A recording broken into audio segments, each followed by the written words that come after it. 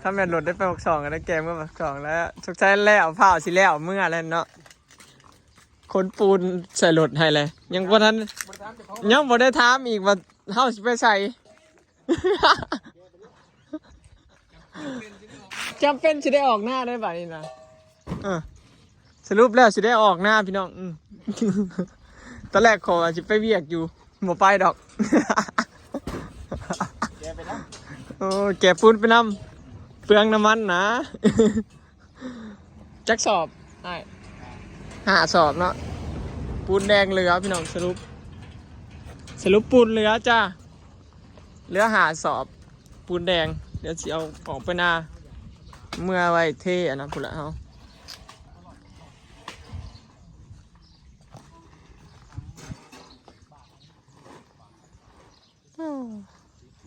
เหลือแต่สาบได้พี่น้องปูนเขียวบัดนี้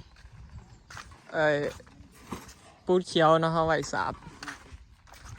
ปูนแดงนี่เหลือแล้วยังเหลือปูนเขียวนี่แหละสาบนี่ขึ้นอาทิตย์เหลือบ่หลายดอกมีได้ซื้อตื่มมาจ้ะว่าก็แล้วก็จะยังที่สาบเลยส่วนปูนแดงมันมีแต่เทคานซื่อๆเขาจะเทคานแล้วแหละมันก็เลยเหลือหินทรายนี่ก็น่าสิเหลืออยู่หินนี่นะเหลือแน่นอนหินพอมันก่อมันบ่ได้ใส่หินเลยใส่แต่ทรายหินนี่คือสิเหลือลายอิฐบล็อกนี่ก็น่าสิเหลืออยู่พี่น้องสบายดีเด้อพี่น้องสบายดีเบิดทุกผู้ทุกคนเนาะสบายดียามสายๆพี่น้องมื้อนี้พนักงานมาคนเดียวเด้อพี่น้องเขาจะเล่าก่อผู้เดียวอยู่เทิงพนักงานมาคนเดียวเนาะต้องใช้สิได้ฮักเงินอันให้เล่าผู้เดียวนี่แหละแล้วมาเห็ดผู้เดียวมื้อนี้พนักงานมาคนเดียวจ้า เห็ดงานอยู่คนเดียวเลยเราเห็ด3ถึงแล้วก่อแล้วเลย3แผงพี่น้อง3แผงแล้วยังเหลือแต่แผงหลังเนาะแผงทางข้างเบื้องใต้เนาะพอก่อขึ้นแล้วแอมแล้วก็คือว่าบ่สูงปานใดคือสิบ่ฮ้อนดอกพี่น้อง เพื่อนนี่จาก2ชั้นลงมาปกติมันสิฮ้อนเนาะนี่ชั้นเดียวอันนี้คือสิบ่ฮ้อนดอกมันสูงส่วนประตูนี่หลายคนก็อยากให้ยกขึ้นพี่น้องแม่นพี่น้องอยากยกอยู่แต่ว่าคันยกต่ำน้อยหนึ่งผัดขี้ไล่ยกสูงไล่แบบจะสิปีนขึ้นหน้าต่างกันจะสิปีนหน้าต่างไขประตูปองเอี่ยมก็บ่คักบ่งามอีกคือเก่านะพี่น้องยังคิดเบิ่งอยู่เอาขึ้นสูงเพราะว่าพื้นมันต่ำก็คือเก่าเฮาสิได้ขึ้นไปไขประตูปงเอี่ยมหรือว่าเฮ็ดมาโชว์ซื่อๆบ่ มันเข้ามาในเฮือนมันสิเป็นตะหัวเลยพี่น้องประตูปงเอี่ยมคือสูงแต่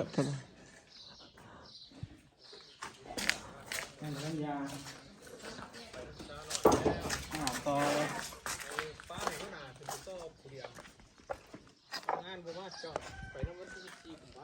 คืออีกแล้วตามหาลูกน้องนะบ้านซื้อจังได้ลูกน้องผู้เสียผู้หนึ่งนะ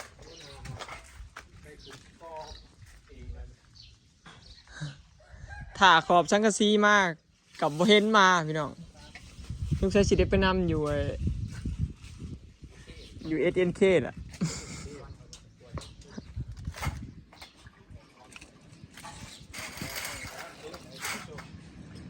บอกว่าตั้งแต่มื้อซื่นนี่มื้อวานนี่บ่เห็นมื้อวานนี่ก็บ่เห็นบอกสิมามื้อวานบอกมื้อวานแล้วก็มื้อฮื้ออีกมื้ออื่นอีก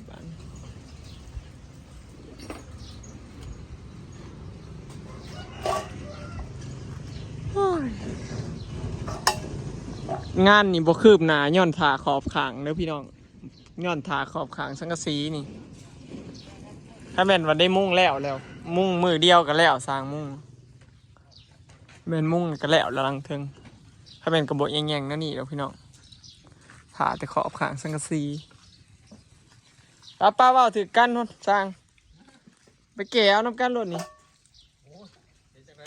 เอาคนเฮาก็หาคนจับแล่น้ำกลรถบ่แล้วเจ้าก็นั่งจับอยู่เนี่ยคอยกันสิครับมาโอ้มันยาวเขาบอกรอรถเข็นนี่ก็อยู่ข้างท้ายมันมัดแบบนั้นแล้วถ่าขอบมันบ่มาจากเถื่อเนาะ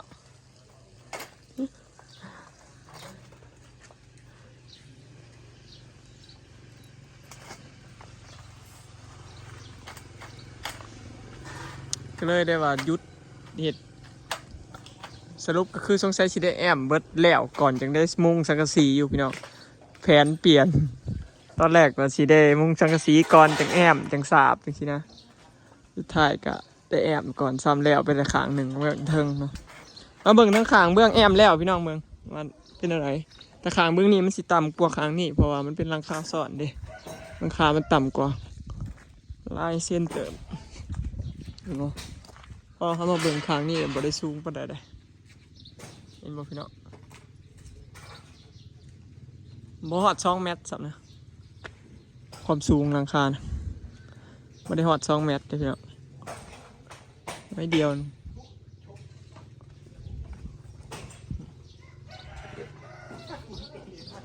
วันนี้สั่งมา5 คนอีกผู้หนึ่งก็ไปใส่โดน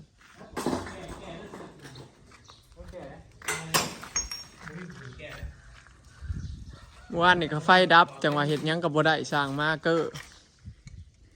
วานนี่บ่ว่าพากันมานอนเล่น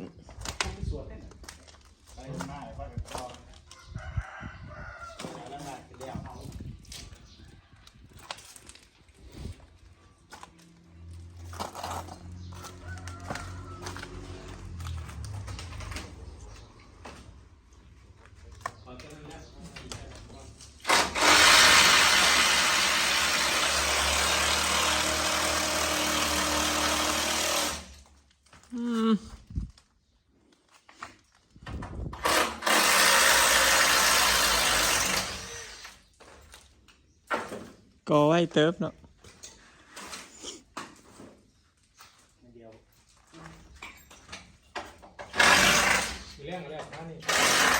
แรงนะมือน่ะ2 พานี่แมนให้มันแล้วได้มือแรงพาขางนี่มืออื่นเลย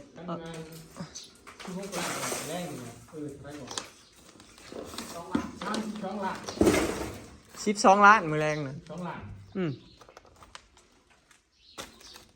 สลองเลยถอดเอาตัวนี้นะถอดนี้วิ่งที่จะเอาใหม่อันข้างในนี้ถอดได้ใหม่ยังเลยนะกันไล่เนี่ย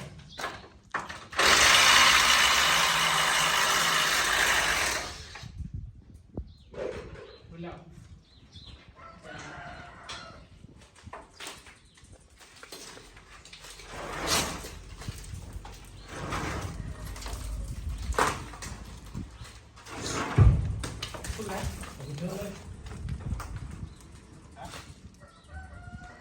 ก็อิฐบล็อกแดงพี่น้อง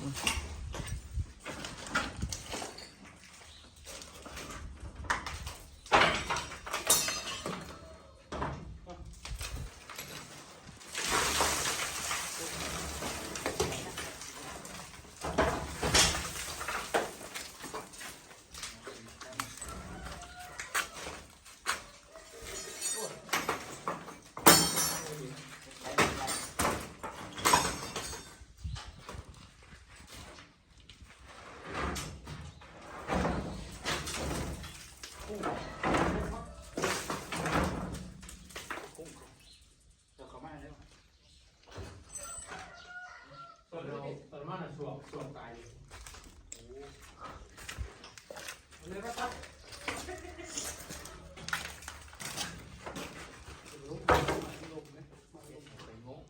ตอนมาส่วนตายพูดไม่ได้สอบมั้ง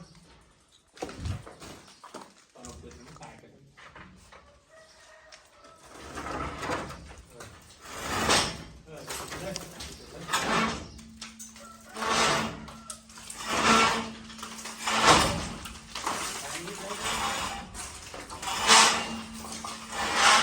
ก็ค้างแล้วแล้วค้างเทิงแล้วยังมาค้างผีพี่น้องบัดนี้พระเจ้าสิใหญ่มาอยู่มาก่อค้างผีเบิ่งข้างนอกพระเจ้าสิมาก่อค้างนี่บัดนี้3 แผงนี่มื้อแล้วเขาเจ้าสิก่อ4 แผงนี่เนาะคันว่าสังกะขอบสังกะสีมาส่งไว้ก็สิได้ใส่สังกะสีอย่างซี่นะพี่น้องขาแต่ขอบสังกะสีอย่างเดียวเลย ทุกอย่างเขาน่ะสั่งมาครบเบิดมีแต่ขอบสังกะสีนี่มาจักเทื่อ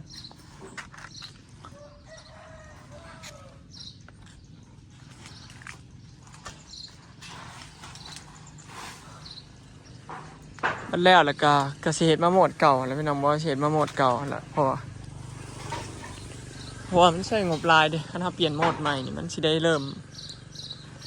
เมื่อเขาซื้อใหม่เบิดนั่นแหละว่าง่ายฉะนั้นเราเห็นโหมดใหม่ก็ต้องได้ซื้อโหมดซื้อใหม่สินะเพราะมันคันชื่อใหม่ไปใส่งบรายได้พี่น้องเพราะว่าเสาเก่ามันตั้งเรียบร้อยมันกว้างโพดเนาะเฮือนตัวนี้มัน6 เมตรซ้ำกันกับตัวเฮือนใหญ่เลยได้ความกว้างบนจอดรถนี่นะกว้างซ้ำกันเลยเนาะคันชื่อใหม่ต้องได้ซื้อสังกะสีใหม่อีกเพิ่มอีกนะเพราะสังกะสีเก่ามันสั่นนะครับพี่น้อง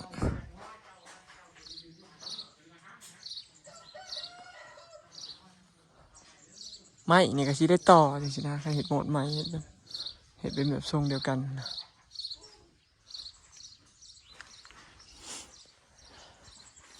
เดี๋ยวถ้าเบิ่งงบพี่น้องเนาะท่านว่างบเขา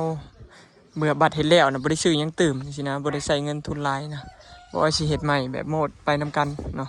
สิเห็ดแบบทรงไปแนวนี้เลยนะพี่น้องคันว่างบเบิดบ่หลายเนาะคันเฮือนแล้วตอนนี้ยังเฮือนบ่แล้วเนาะพอได้ซื้อของเล็กๆน้อยๆตื่มอีกนะคันบ่ได้ซื้อของเล็กๆน้อยๆนี่ก็พอเฮ็ดได้อยู่เนาะเพราะว่าถ้าซื้อของเล็กๆน้อยๆนี่ก็เบิดหลายคือกันนะพี่น้องเนาะเพราะว่าเขาซื้ออย่างละ200-300 400-500 600เทื่อละ1,000 2,000จังซี่นะไปมาน่ะเบิดหลายเด้บ่ได้เบิดหลายซื้อจอกๆแจกๆนี่แหละ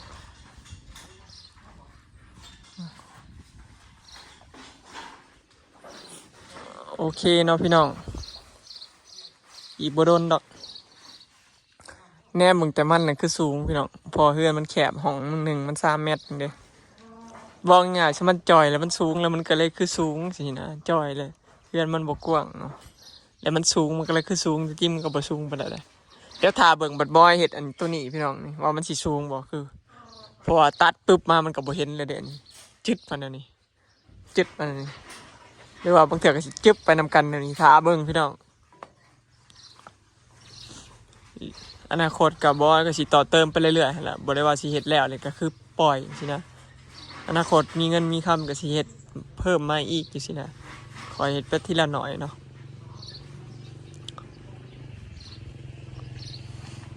อนาคตบ่แน่บางเทื่อถูกเลขมื้อแรงถูกลอตเตอรี่มื้อแรงก็สิยกพื้นขึ้นไปอีกสินะเทพื้นใหญ่ไปเลยต่อใส่เสาอีกเสานึงอยู่นี่เฮ็ดเป็นโมเดิร์นมานำกันอีกนี่เจิดมานี่แล้วก็เฮ็ดตั้งจึกใส่เสานี่เลยแบบคือกันกับตรงกันกับแบบที่บอยเบิ่งให้เบิ่งในรูปมาแล้วพี่น้องเฉดโหมดนั่นแหละเอาเสาใส่อีกเสานึงพอดีคือเลยเนาะยกพื้นสูงเบิดประตูนี่ก็ทุบออกเนาะทุบออกเบิดเลยเห็นเป็นห้องโล่งมาพี่เลยบ่อนจอดรถก็เฮ็ดอยู่พุ่นต่อไปอีกสินะฝันไปซื้อพี่น้องบอกไปซื้อนี่แหละพอจะมีความหวังพอได้มีแหงหาเงินทำงาน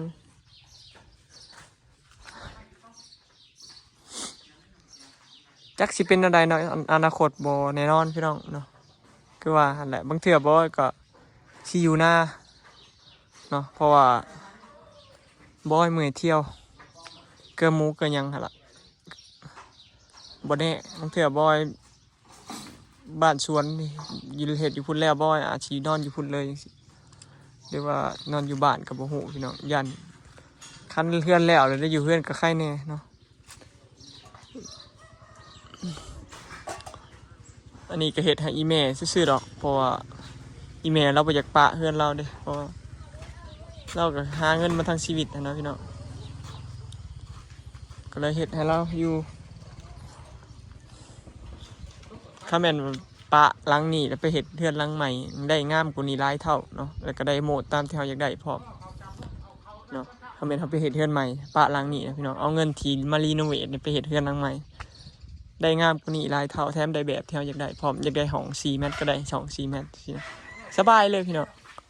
เนาะนี่เฮือนหลังใหม่หลังงามเลยแต่เฮาผมไปอยากปะอีเมลเสียได้สินะมันเบิดเงินหลายพี่น้องเฮ็ดเฮือนเก่ามันมีทั้งขามั่งขาลื้อขาทุบขาหยังเนาะหลายอย่างมันบ่คือเฮาตั้งเฮือนใหม่ตั้งเฮือนใหม่ยังว่ามีแต่ขาเฮ็ดว่าง่ายซะพี่น้องบ่มีขามั่งเนาะแถมได้แบบพร้อม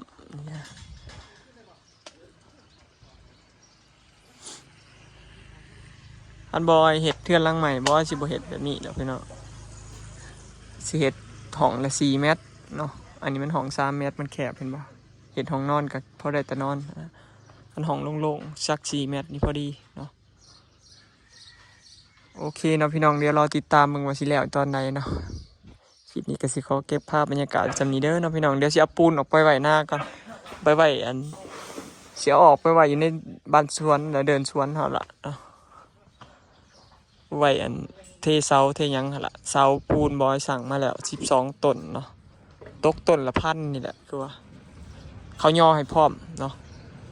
ต้นละ1,000คือว่าพอดี12,000เนาะ12 ต้นบัดฮอดมือได้มือชันวันดีเนาะจังสิย่อเสาเฮือนพุ่นเนาะเดี๋ยวถามไปแล้วติดตามมึงพี่น้องสิได้แต่เสาบ่หรือแนวใดจะว่าย่อเสาแล้วบ่มีเงินเฮ็ดประจักษ์ ไปแล้วพี่น้องสบายดีฝากเป็นกำลังใจให้หน่อยเด้อพี่น้องเอ้ย